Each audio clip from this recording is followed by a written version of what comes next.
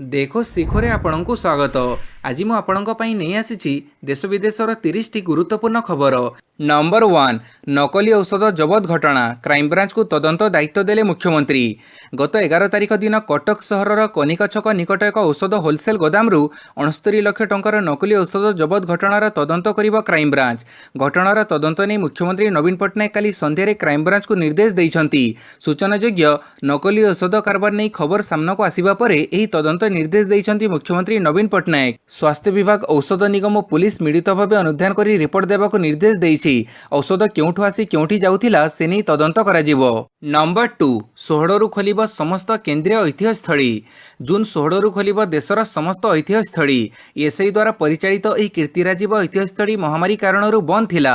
ଏବେ ଏହି ଐତିହ୍ୟସ୍ଥଳୀ ଓ ସଂଗ୍ରହାଳୟକୁ ଆସନ୍ତା 16 ତାରିଖରୁ ଖୋଲିବାକୁ ନିଷ୍ପତ୍ତି ନେଇଛି ଏଏସ୍ଆଇ। ଏହି ସମୟରେ କୋଭିଡ୍ ଗାଇଡଲାଇନକୁ ମାନିବାକୁ ନିର୍ଦ୍ଦେଶ ଦିଆଯାଇଛି। ଆସନ୍ତା 16 ତାରିଖ ଅର୍ଥାତ୍ ବୁଧବାର ଠାରୁ ଖୋଲିବ ଓଡ଼ିଶା ସମେତ ଦେଶର ବିଭିନ୍ନ ସ୍ଥାନରେ ପ୍ରତ୍ନତତ୍ତ୍ୱ ବିଭାଗ ଦ୍ୱାରା ସଂରକ୍ଷିତ ଐତିହ୍ୟସ୍ଥଳୀ। ଓଡ଼ିଶାରେ ଏଏସ୍ଆଇ ଦ୍ୱାରା ସଂରକ୍ଷିତ ପ୍ରାୟ 80ଟି ଐତିହ୍ୟସ୍ଥଳୀ ରହିଛି।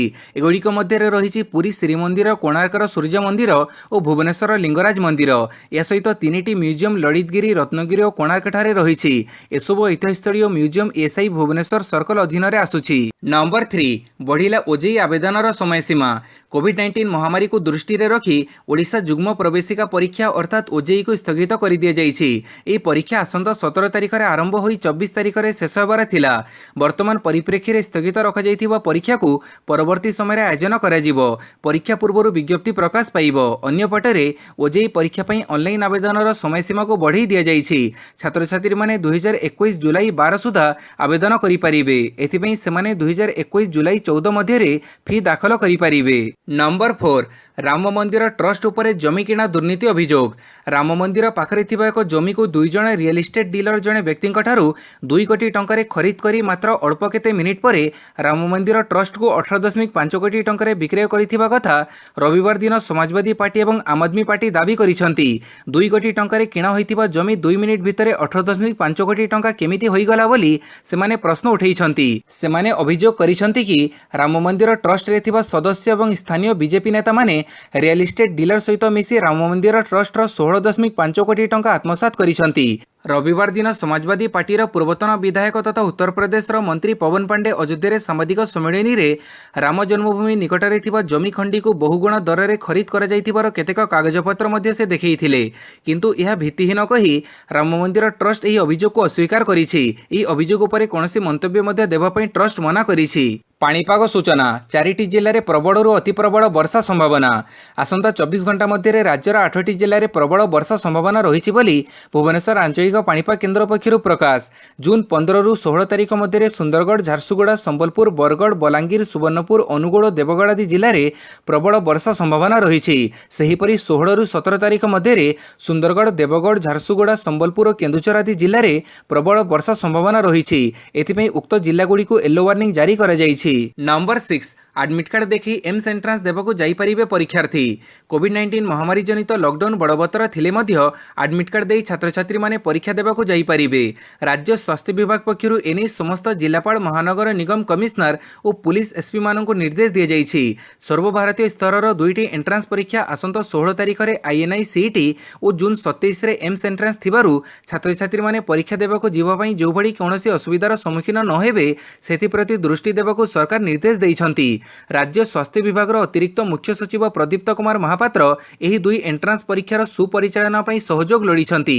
ଆସନ୍ତା ଜୁନ୍ 16-27ରେ ଏମ୍ସ ଏଣ୍ଟ୍ରାନ୍ସ ପରୀକ୍ଷା ପାଇଁ ସମସ୍ତ ପ୍ରକାରର ପ୍ରଶାସନିକ ସୁବିଧା ଓ ନିରାପତ୍ତା ଯୋଗାଇ ଦେବାକୁ ସ୍ଥାନୀୟ ଅଧିକାରୀ ଓ ବିମାନ ବନ୍ଦର ଓ ରେଳବାଇ କର୍ତ୍ତୃପକ୍ଷଙ୍କୁ କୁହାଯାଇଛି। ନମ୍ବର 7, ପରିସ୍ଥିତି ଆକଳନ କରି ଅନଲକ୍ ପାଇଁ ନିଷ୍ପତ୍ତି ନିଆଯିବ, କହିଲେ ଡିଏମ୍ଇଟି। କୋଭିଡ୍ ସଂକ୍ରମଣ ଆଶଙ୍କାରେ ରାଜ୍ୟବ୍ୟାପୀ ଲକଡାଉନ ଚଳିତ ମାସ 17 ତାରିଖ ପର୍ଯ୍ୟନ୍ତ ରହିଥିବା ବେଳେ ସରକାର ବର୍ତ୍ତମାନ ସ୍ଥିତିର ବାରମ୍ବାର ସମୀକ୍ଷା କରୁଛନ୍ତି ଏବଂ ପରିସ୍ଥିତି ଆକଳନ କରି ନିଷ୍ପତ୍ତି ନିଆଯିବ ବୋଲି ରାଜ୍ୟ ଡିଏମ୍ଇଟି ସିବିକେ ମହାନ୍ତି କହିଛନ୍ତି। ରାଜ୍ୟରେ ଅନଲକ୍ ପ୍ରକ୍ରିୟା ଆରମ୍ଭ ହେବା ନେଇ ଗଣମାଧ୍ୟମକୁ ପ୍ରତିକ୍ରିୟା ଦେଇ ଡକ୍ଟର ମହାନ୍ତି କହିଛନ୍ତି ଯେ ପରିସ୍ଥିତିକୁ ଦୃଷ୍ଟିରେ ରଖି ସରକାର ଅନଲକ୍ ପ୍ରକ୍ରିୟାକୁ ଯିବେ। ଜାତୀୟ ଟାସ୍କଫୋର୍ସ ଓ WHO ଗାଇଡଲାଇନକୁ ଅନୁଶୀଳନ କରାଯାଉଛି। ଏହା ସହିତ ବିଭିନ୍ନ ବିଶ୍ୱସ୍ତରୀୟ ସଂସ୍ଥା ଓ ଜାତୀୟ ସ୍ତରୀୟ ସଂସ୍ଥା ବିଶେଷଜ୍ଞମାନଙ୍କର ମତାମତ ନେଇ ଅନ୍ଲକ୍ ପ୍ରକ୍ରିୟା ଆରମ୍ଭ କରାଯିବ। ଏ ଦିଗରେ ବାରମ୍ବାର ସମୀକ୍ଷା ଚାଲିଛି ଓ ପରିସ୍ଥିତି ଆକଳନ କରି ନିଷ୍ପତ୍ତି ନିଆଯିବ। ରାଜ୍ୟରେ ଏବେ ପଜିଟିଭ୍ ହାର ଦ୍ରୁତ ଗତିରେ କମିବାରେ ଲାଗିଛି। ଏବେ ପଜିଟିଭ୍ ହାର 6%କୁ ଖସି ଆସିଛି, ଯାହା ଆଶ୍ୱସ୍ତିକର କଥା ବୋଲି ଡକ୍ଟର ମହାନ୍ତି କହିଛନ୍ତି। ନମ୍ବର 8, 90%ରୁ ଅଧିକ ପ୍ରଭାବଶାଳୀ ନୋଭୋଭାକ୍ସର କୋଭିଡ୍ ଟିକା। ନୋଭୋଭାକ୍ସର କୋଭିଡ୍ ଟିକା କୋଭିଡ୍ ପ୍ରକାରଗୁଡ଼ିକ ସହିତ 90%ରୁ ଅଧିକ ପ୍ରଭାବଶାଳୀ ବୋଲି ଆମେରିକାର ଏକ ବୃହତ୍ ଅଧ୍ୟୟନରୁ ଜଣାପଡ଼ିଛି। ଏନେଇ ଟିକା ପ୍ରସ୍ତୁତକାରୀ କମ୍ପାନୀ ନୋଭୋଭାକ୍ସ କାଲି ଟ୍ୱିଟ୍ କରି ସୂଚନା ଦେଇଛି। ଅଧ୍ୟୟନରୁ ଜଣାପଡ଼ିଛି ଯେ ଟିକା ମଧ୍ୟମ ଏବଂ ଗୁରୁତର ରୋଗୀଙ୍କୁ 100% ସୁରକ୍ଷା ଦେବାକୁ ସମର୍ଥ। ଟିକା ମୋଟ 90.4% ଫଳପ୍ରଦ ହୋଇଥିବା ନେଇ କମ୍ପାନୀ କହିବା ସହ ଅଧ୍ୟୟନରେ ଆମେରିକା ଏବଂ ମେକ୍ସିକୋର 119ଟି ସାଇଟ୍ରେ 29,960 ଅଂଶଗ୍ରହଣକାରୀଙ୍କୁ ସାମିଲ କରାଯାଇଥିବା କହିଛି ନୋଭୋଭାକ୍ସ। ମେରିଲ୍ୟାଣ୍ଡରେ ନୋଭୋଭାକ୍ସର ଥିବା ମୁଖ୍ୟାଳୟ ପକ୍ଷରୁ କୁହାଯାଇଛି ଯେ କମ୍ପାନୀ 2021ର ତୃତୀୟ ତ୍ରୈମାସିକ ସୁଦ୍ଧା ନିୟାମକ ଅନୁମୋଦନ ପାଇଁ ଆବେଦନ କରିବାକୁ ଚାହୁଁଛି। ନମ୍ବର 9, ଭୁବନେଶ୍ୱର କିମ୍ସ ହସ୍ପିଟାଲରେ କାର୍ଯ୍ୟକ୍ଷମ ହେଲା ଏକ୍ମୋ ମେସିନ୍। କିମ୍ସ ହସ୍ପିଟାଲରେ କାର୍ଯ୍ୟକ୍ଷମ ହୋଇଛି ଏକ୍ମୋ ମେସିନ୍। ସଫଳତାର ସହ ଏକ୍ମୋ ମେସିନ୍ କାର୍ଯ୍ୟକ୍ଷମ ହୋଇଥିବା ହସ୍ପିଟାଲ ପକ୍ଷରୁ ସୂଚନା ଦିଆଯାଇଛି। କୋଭିଡ୍ରେ ଆକ୍ରାନ୍ତ ହେବା ପରେ ଫୁସ୍ଫୁସ୍ ସଂକ୍ରମିତ ହେବା କାରଣରୁ ଏକ୍ମୋ ଚିକିତ୍ସା ଶେଷ ଭରସା ପାଲଟିଛି। ଏହି ସୁବିଧା ରାଜ୍ୟ ଭିତରେ ଅଳ୍ପ କେତେକ ହସ୍ପିଟାଲରେ ଉପଲବ୍ଧ ହୋଇଥିବାରୁ ଗତ କିଛି ଦିନ ଭିତରେ ଏକାଧିକ ରୋଗୀ ରାଜ୍ୟ ବାହାରକୁ ଯାଇ ଚିକିତ୍ସିତ ହେଉଛନ୍ତି। ତେବେ ରାଜ୍ୟ ବାହାରକୁ ଏୟାରଲିଫ୍ଟରେ ଯିବାକୁ ପଡୁଥିବାରୁ ଏଥିପାଇଁ ଲକ୍ଷ ଲକ୍ଷ ଟଙ୍କା ଖର୍ଚ୍ଚ କରିବାକୁ ପଡୁଛି। ନମ୍ବର 10, ନଫ୍ତାଲି ଇସ୍ରାଏଲର ନୂଆ ପ୍ରଧାନମନ୍ତ୍ରୀ। ଇସ୍ରାଏଲର ସଂସଦ ନୂଆ ସରକାର ଗଠନକୁ ଅନୁମୋଦନ ଦେଇଛି। ଏଥିସହ ଇସ୍ରାଏଲର ଦୀର୍ଘ 12 ବର୍ଷ ଧରି ପ୍ରଧାନମନ୍ତ୍ରୀ ପଦରେ ଥିବା ବେଞ୍ଜାମିନ୍ ନେତାନ୍ୟାହୁ ସରକାର ଗାଦିଚ୍ୟୁତ ହୋଇଛନ୍ତି। ଏବେ ଇସ୍ରାଏଲର ନୂଆ ପ୍ରଧାନମନ୍ତ୍ରୀ ହୋଇଛନ୍ତି ନଫ୍ତାଲି ବେନ୍ନେଟ୍। ରବିବାର ଦିନ ବେନ୍ନେଟ୍ ଇସ୍ରାଏଲର ନୂତନ ପ୍ରଧାନମନ୍ତ୍ରୀ ଭାବେ ଶପଥ ନେଇଛନ୍ତି। ଇସ୍ରାଏଲର ସମସ୍ତ ବିରୋଧୀ ଦଳ ମିଶି ମେଣ୍ଟ କରିବାରୁ ବେଞ୍ଜାମିନ୍ ନେତାନ୍ୟାହୁ ସରକାର ଗାଦିଚ୍ୟୁତ ହୋଇଛନ୍ତି। ଯେହେତୁ ବିଭିନ୍ନ ଦଳ ମିଶି ଦେଶରେ ମେଣ୍ଟ ସରକାର ଗଠନ କରିଛନ୍ତି, ତେଣୁ ନଫ୍ତାଲି 2 ବର୍ଷ ପାଇଁ ପ୍ରଧାନମନ୍ତ୍ରୀ ଆସନରେ ବସିବା ପରେ ଏସ୍ ଅଡିଟ୍ ପାର୍ଟିର ନେତା ୟାଇର୍ ଲାପିଡ୍ ପ୍ରଧାନମନ୍ତ୍ରୀ ଆସନରେ ବସିବେ। ନଫ୍ତାଲି ଏମିନା ପାର୍ଟିର ନେତା ଇସ୍ରାଏଲର ନୂତନ ପ୍ରଧାନମନ୍ତ୍ରୀ ଭାବେ ଶପଥ ଗ୍ରହଣ କରିଥିବା ନଫ୍ତାଲି ବେନ୍ନେଟ୍ଙ୍କୁ ସୋମବାର ଦିନ ପ୍ରଧାନମନ୍ତ୍ରୀ ନରେନ୍ଦ୍ର ମୋଦି ଅଭିନନ୍ଦନ ଜଣାଇଛନ୍ତି। ନମ୍ବର 11, ପୁଣି ବଢ଼ିଲା ପେଟ୍ରୋଲ ଡିଜେଲ ଦର। ମାଲକାନଗିରିରେ 100 ଟପିଲା ଡିଜେଲ। ଦେଶରେ ତେଲ ଦର ବୃଦ୍ଧିରେ ବିରାମ ଲାଗୁନାହିଁ। କାଲି ପୁଣି ଥରେ ପେଟ୍ରୋଲ ଲିଟର ପିଛା 28ରୁ 29 ପଇସା ଓ ଡିଜେଲ ଲିଟର ପିଛା 30ରୁ 31 ପଇସା ବୃଦ୍ଧି ହୋଇଛି। ଏହା ଫଳରେ ଦେଶରେ ତେଲ ଦର ଏକ ନୂଆ ଉଚ୍ଚତାକୁ ଛୁଇଁଛି। ଓଡ଼ିଶାର ମାଲକାନଗିରି ଜିଲ୍ଲାରେ ଉଭୟ ପେଟ୍ରୋଲ ଓ ଡିଜେଲ ଦର ଲିଟର ପିଛା 100 ଟଙ୍କା ଟପି ଯାଇଛି। ଏହି ଜିଲ୍ଲାରେ ଏବେ ପେଟ୍ରୋଲ 102 ଟଙ୍କା 23 ପଇସା ଓ ଡିଜେଲ 100 ଟଙ୍କା 1 ପଇସାରେ ବିକ୍ରି ହେଉଛି। ଅନ୍ୟପକ୍ଷରେ ଭୁବନେଶ୍ୱରରେ ପେଟ୍ରୋଲ ଲିଟର ପିଛା ରେକର୍ଡ ସ୍ତର 97 ଟଙ୍କା 16 ପଇସାରେ ପହଞ୍ଚି ଯାଇଛି। ସେହିପରି ଡିଜେଲ ଦର 95 ଟଙ୍କା 11 ପଇସାରେ ପହଞ୍ଚିଛି।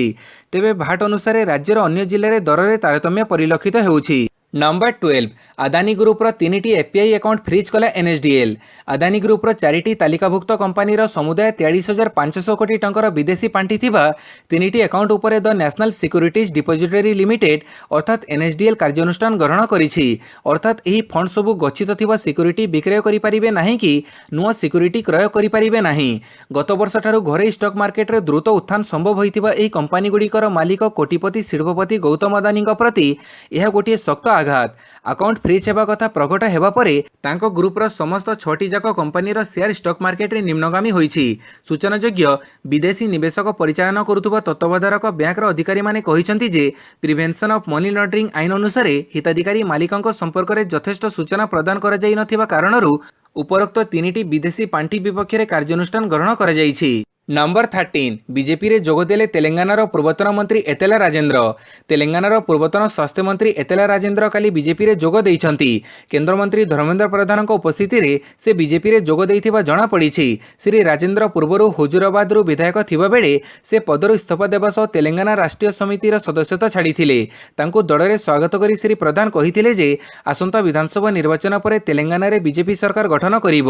ଶ୍ରୀ ରାଜେନ୍ଦ୍ର ଟିଆର୍ଏସ୍ର ଜଣେ ବରିଷ୍ଠ ନେତା ଥିଲେ ଏବଂ ରାଜ୍ୟରେ କେ ଚନ୍ଦ୍ରଶେଖର ରାଓଙ୍କ ନେତୃତ୍ୱରେ କ୍ରମାଗତ ଟିଆର୍ଏସ୍ ସରକାରରେ ଅର୍ଥ ଏବଂ ସ୍ୱାସ୍ଥ୍ୟମନ୍ତ୍ରୀ ଭାବରେ ଦାୟିତ୍ୱ ତୁଲେଇଥିଲେ। କିନ୍ତୁ ତାଙ୍କୁ ବେଆଇନ ଜମି ଜବତ ଅଭିଯୋଗରେ କ୍ୟାବିନେଟ୍ରୁ ହଟେଇ ଦିଆଯାଇଥିଲା। ନମ୍ବର 14, କୋଭିଡ୍ ଯୋଗୁଁ ମଳି ନ ପଡ଼ିଥିବା ଛବିକୁ ସୁଧାରିବାକୁ ବିଜେପିର ନୂଆ ଯୋଜନା। ମହାମାରୀ ଯୋଗୁଁ ମଳି ନ ପଡ଼ିଥିବା ନିଜର ଛବିକୁ ସୁଧାରିବାକୁ ବିଜେପି ଜୋରଦାର ଉଦ୍ୟମ ଆରମ୍ଭ କରିଛି। କିଛି ଦିନ ତଳେ ଦଳ ପକ୍ଷରୁ ସେବା ହିଁ ସଂଗଠନ କାର୍ଯ୍ୟକ୍ରମ ଆରମ୍ଭ କରାଯାଇଥିଲା। ଏବେ ଏହି କାର୍ଯ୍ୟକ୍ରମର ଦ୍ୱିତୀୟ ପର୍ଯ୍ୟାୟ ଅଭିଯାନ ଆରମ୍ଭ କରିବାକୁ ନିଷ୍ପତ୍ତି ହୋଇଛି। ଏହି ଅଭିଯାନ ସାରା ଦେଶରେ ଆରମ୍ଭ ହେବ। ଏହାକୁ କାର୍ଯ୍ୟକାରୀ କରିବାକୁ ବିଜେପି ସଭାପତି ଜେପି ନଡ୍ଡା ଦଳର କାର୍ଯ୍ୟକର୍ତ୍ତାଙ୍କୁ ନିର୍ଦ୍ଦେଶ ଦେଇଛନ୍ତି। ଏଥିରେ ଟିକାକରଣ ଅଭିଯାନ, ରିଲିଫ୍ କାର୍ଯ୍ୟକ୍ରମ ଓ ଗ୍ରାମ୍ୟ ସ୍ୱାସ୍ଥ୍ୟ ସ୍ୱେଚ୍ଛାସେବୀଙ୍କର ତାଲିମକୁ ଅନ୍ତର୍ଭୁକ୍ତ କରାଯାଇଛି। କରାଯାଇଛି। टीकाकरण अभियान में मो बुथ टीकाकरण युक्त करने को कहुଯାଇଛି। यह अधीन 45 वर्षରୁ अधिक वयस्कों समस्त लोकंकु टीकार उभय डोज नेबाकू परामर्श दियाजिबो। प्रभावित लोकंकु शीघ्र बीमा सुविधा जोगैबा क्षेत्र में सहायता कराजिबो। स्वास्थ्य योद्धामानंकु उपयुक्त सम्मान दियाजिबार व्यवस्था हेबो। नंबर 15 सर्वकालीन रेकर्ड मुद्रास्फीतिर हार 12.94%। होलसेल प्राइस इंडेक्स अर्थात डब्ल्यूपीआई उपरे आधारित मुद्रास्फीति मे मासरे सर्वकालीन रेकर्ड करिछि। मे मासरे डब्ल्यूपीआई मुद्रास्फीति 12.94% रे पहुंची जाइछि। क्रमगत पंचम थर पई डब्ल्यूपीआई रे एपरि रेकर्ड वृद्धि घटिछि। एप्रिल रे यह 10.49% रहिथिला, जहाँ 11 वर्ष मध्य सर्वाधिक। 2020 मे मासरे होलसेल मुद्रास्फीति हार -3.37% रहिथिला। अन्य पक्षरे खाद्य सामग्री मूल्य मे मासरे सामान्य कमिछि।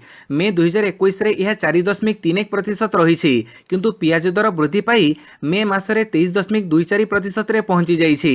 2021 एप्रिल रे यह -19.72% रे रहिथिला। नंबर 16 गुजरात विधानसभा निर्वाचन रे समस्त आसन रु लड़िबो आप, कहिले केजरीवाल। आसंत वर्ष गुजरात रे हेबाकु थिबा विधानसभा निर्वाचन रे आम आदमी पार्टी अर्थात आप समस्त 182 आसन पर प्रतिद्वंदिता करिबो। काली ए विषय घोषणा करिसेंती मुख्यमंत्री अरविंद केजरीवाल। गुजरात गस्त करी आप मुख्य अरविंद केजरीवाल राज्य पार्टी मुख्यालय उद्घाटन करिबा परे निज दलर निर्वाचन प्रस्तुति विषय कहिसेंती। यास केजरीवाल कहिसेंती जे बीजेपी एवं कांग्रेस उभय गुजरात पई पूर्ण होई सारिथिबा बेले गुजरातर लोकमाने एक विकल्प चाहुछंती। तांको दल गुजरात को दिल्ली मॉडल आनिबो नाही, कारण प्रत्येक राज्यर निजस्व मॉडल हेबा दरकार। गुजरातर मॉडल गुजरातर लोकमाने स्थिर करिवे। अन्य पक्षरे पार्टी मुख्यालय उद्घाटन पर केजरीवाल पूर्वतन गुजराती न्यूज चैनल अंकर ईसुदान गढ़वी को आपरे सामिल करने सह तांको गुजरातर केजरीवाल बोली कहिथिले। यासह बेकारी, कॉलेज एडमिशन एवं कृषक आत्महत्या भली प्रसंग उठेइथिले। नंबर 17 सामनाको आसिला कोविड रो नुआ रूप डेल्टा प्लस। भारत में कोविड रो द्वितीय लहर पर दायी डेल्टा भारिएंट एवं पुणी तार रूप बदलैछि। सबुथर भली एथर भी भाइरस नुआ भारिएंट और विपज्जनक रूप सह सामनाको आसिछि। डेल्टार यह नूतन भारिएंट ना डेल्टा प्लस बा AY1 रखाଯାଇଛି। तेबे भारत में यही डेल्टा प्लस भारिएंट रे आक्रांत होइतिबा लोकंक संख्या बहुत कम बोली वैज्ञानिक माने कहिसंती। हेले आगो को यह मारात्मक रूप नेबार आशंका रहिछि। भारत में चिन्हट होइतिबा डेल्टा बा B1617.2 भारिएंट रूप बदले डेल्टा प्लस भारिएंट रे परिणत होइछि। मोनोक्लोनाल एंटीबॉडी कॉकटेल चिकित्सा विरोध रे मध्य ई डेल्टा प्लस भारिएंट निजर प्रभाव देखै परिबो। दिल्ली स्थित CSIR institute of genomics and integrated biology रो वैज्ञानिक विनोद साकरिया रविवार ट्वीट करी कहिसंती एही परिवर्तित SARS-CoV-2 मानव कोषगुड़िक भितर को जाई संक्रमित करिबारे सहायक होइथाए। नंबर 18 सूरत विशाल बीजेपी राज्य ओबीसी मोर्चा सभापति। महामारी संक्रमण आशंका मध्य राज्य बीजेपी तार संगठन को सक्रिय करने को पदक्षेप नहीं। दीर्घ दिन धरी खाली पड़ा राज्य बीजेपी दुईटी मोर्चार सभापति ना काली घोषणा होइछि। राज्य कार्यकारिणी नेता सूरत विशाल को बीजेपी राज्य ओबीसी मोर्चा सभापति एवं विधायक नित्यानंद गंड को राज्य बीजेपी अनुसूचित जनजाति मोर्चा सभापति भाव मनोनीत कर राज्य बीजेपी सभापति समीर महांती अनुमोदन रे ए नियुक्ति दि जाइछि। सूचनायोग्य राज्य बीजेपी तार समस्त छामुआ संगठन मुख्यांक नाम घोषणा करिथिबा बेले ए दुईटी मोर्चारे काहारी को नियुक्ति मिली नथिला। नंबर 19 आयरे घोर असमानता विलास व्यसन रे धनी भोक उपास रे गरीब। देश में देखा देइथिबा आय असमानता को नहीं रिजर्व बैंक पूर्वतन गवर्नर डी सुब्बाराव चिंता प्रकट करिसंती। से कहिसंती जे धनिक वर्ग गरीब श्रेणी मध्य वृद्धि पाउथुबा असमानता देशर अभिवृद्धि को प्रभावित करिवो। गत वर्ष महामारी प्रभाव जोगु दीर्घ 40 वर्ष पर प्रथम थर लगी अभिवृद्धि 7.3% ह्रास पाइछि। से चिंता प्रकट करी कहिसंती जे महामारी देखादेबा परे अधिकांश लोक चाकरी हरैथिबा बेले सेमानंक आय ह्रास पाइछि। सही समय किछि हाथगणती धनी व्यक्ति संपत्ति बढ़ी। यह नैतिक दृष्टि भूल और राजनीतिक दृष्टि क्षतिकारक बोली से कहिसंती। नंबर 20 पश्चिमबंग हिंसा को नहीं राज्यपाल को स्मारक पत्र देले विरोधी दल नेता। पश्चिमबंग विधानसभा निर्वाचन फलाफल घोषणा पर हिंसा घटना को नहीं विरोधी दल नेता शुभेन्दु अधिकारी एक बैठक करथिले। बीजेपी नेता दलर विधायकों सह ही बैठक करथिले। बैठक पर शुभेन्दु अधिकारी सह प्राय 50 जन बीजेपी विधायक राज्यपाल जगदीप धनखड़ को भेटी एक स्मारक पत्र देइथिले। से स्मारक पत्र रे सेमाने पश्चिमबंगर भयावह परिस्थिति को वर्णना करिसंती एवं मुख्यतः 4टी विषय प्रति ध्यान देइछंती। से कहिसंती जे पश्चिमबंग रे गत 10 वर्ष मध्य एंटी डिफेक्शन एक्ट अनुसार कौनसी प्रभावशाली कार्यानुष्ठान ग्रहण कर जाई नाही। तिलजाला एवं चंदननगर घटना दुई सांसद विधायकों सह कौन हैला यह विशृंखला। नंबर 21 बीजेपी नेता शुभेन्दु अधिकारी दुई घनिष्ठ सहयोगी गिरफ। बीजेपी नेता शुभेन्दु अधिकारी दुई घनिष्ठ सहयोगी गिरफ होइछंती। पश्चिमबंग पुलिस काली हल्दियारू दुईटी देशी अस्त्रशस्त्र और गोटे सेमी ऑटोमेटिक अस्त्रशस्त्र सहित बीजेपी नेता शुभेन्दु अधिकारी दुई घनिष्ठ सहयोगी गिरफ करिछि। एही दुई सहयोगी माने हेले अरमान भोड़ो और अरुणाभ कुईटी। पुलिस गिरफ करने सह सेमानक निकटरू 7टी अफुटा गुड़ी मध्य जबत करिछि। नंबर 22 रेलबाई को बड़ धरणर क्षति। प्लाटफर्म टिकेट आय 94% कमिला। 2020-21 आर्थिक वर्ष में रेलबाई प्लाटफर्म टिकेट रु आय पर बहुत क्षति सही। आरटीआई रु मिलिथिबा सूचना अनुसार गत आर्थिक वर्ष तुलन में एथर प्लाटफर्म टिकेट बिक्री रु प्राय 94% राजस्व ह्रास पाई। सूचना मुताबक गत आर्थिक वर्ष में 2020-21 फेब्रुआरी रे रेलबाई प्लाटफर्म टिकेट विक्रय को 10 कोटी टंका आय करिथिला। 2019-20 आर्थिक वर्ष में रेलबाई प्लाटफर्म टिकेट रु 160.87 कोटी टंका आय करिथिला, जहां गत 5 वर्ष मध्य सर्वाधिक थिला। मार्च 2020 रे लोकों को स्टेशन को न आसिबा पई प्लाटफर्म टिकेट मूल्य 10 टंका रु 30 टंका को वृद्धि कर जाइथिला। निर्दिष्ट जोन रे प्लाटफर्म टिकेट मूल्य 50 टंका को मध्य वृद्धि करने को निष्पत्ति निया जाइथिला। आउ एसबु निष्पत्ति जोगु रेलबाई विपद क्षति सहिछि। नंबर 23 राज्य में 4339 नुआ कोविड आक्रांत चिन्हट, 44 मृत। गत 24 घंटा मध्य राज्य में 4339 जन पॉजिटिव चिन्हट होइछंती। खोर्धा जिलूर सर्वाधिक 700 जन, अनुगुड़ 226, बालेश्वर 296, बरगढ़ 68, भद्रक 209, बलांगीर 53, बौद्धरू 54, कटकरू 480, देवगढ़ 26, ढेंकानाल 144, गजपति 36, गंजाम 29, जगतसिंहपुर 143, जाजपुर 207, झारसुगुड़ा 13, कणाहांडी 62, कंधमाड़ 62, केन्द्रापड़ा 181, केउझर 92, कोरापुट 65, मालकानगिरी 50, मयूरभंज 158, नवरंगपुर 78, नयगढ़ 149, नुआपड़ा 14, पुरी 255, रायगढ़ 64, संबलपुर 54, सोनपुर 84 और सुंदरगढ़ 178 पॉजिटिव चिन्हट होइछंती। राज्य में 44 जन कोविड आक्रांतଙ୍କର मृत्यु घटी। नंबर 24 शशिकला कथा हो एआईएडीएमके रु बहिष्कृत हेले 16 नेता। शशिकला फोन रे कथा एआईएडीएमके केतेक पदाधिकारी महंगा पड़ी। सोमवार दलर 16 जन एआईएडीएमके कार्यकर्ता मान बहिष्कार करिसेंती। एही नेता माने दलर पूर्वतन नेता भिके शशिकला आलोचना करथिले। पार्टी विरोधी कार्यकलाप अभियोग रे उक्त 16 जन को दल विरोधी कार्यकलाप लगी बहिष्कृत करा जाइछि बोली मुखपात्र बी पुगछेंडी सूचना दैछंती। शशिकला कथा होइतिबा प्रत्येक कर्मकर्ता विरोध में कार्यानुष्ठान ग्रहण करा बोली दल कहिछि। नंबर 25 संकटरे गेहलोत सरकार। वर्षक पर पुणी राजस्थान राजनीति रे हटचमट। राजस्थान राजनीति रे देखा मिली राजनैतिक संकटर द्वितीय लहर। प्रथम लहर रे अशोक गेहलोत जेणे तेणे प्रकारे असंतुष्ट को संतुष्ट करी सरकार बंचाइबारे सफल होइथिले। हेले द्वितीय लहर रे अशोक गेहलोतଙ୍କ ପାଇଁ संकट बढ़िबारे लागिछि। पायलटଙ୍କ गोष्ठी नाराज थिबा बेले गत थरर संकटमोचक एथर असंतोष प्रकाश करिसंती।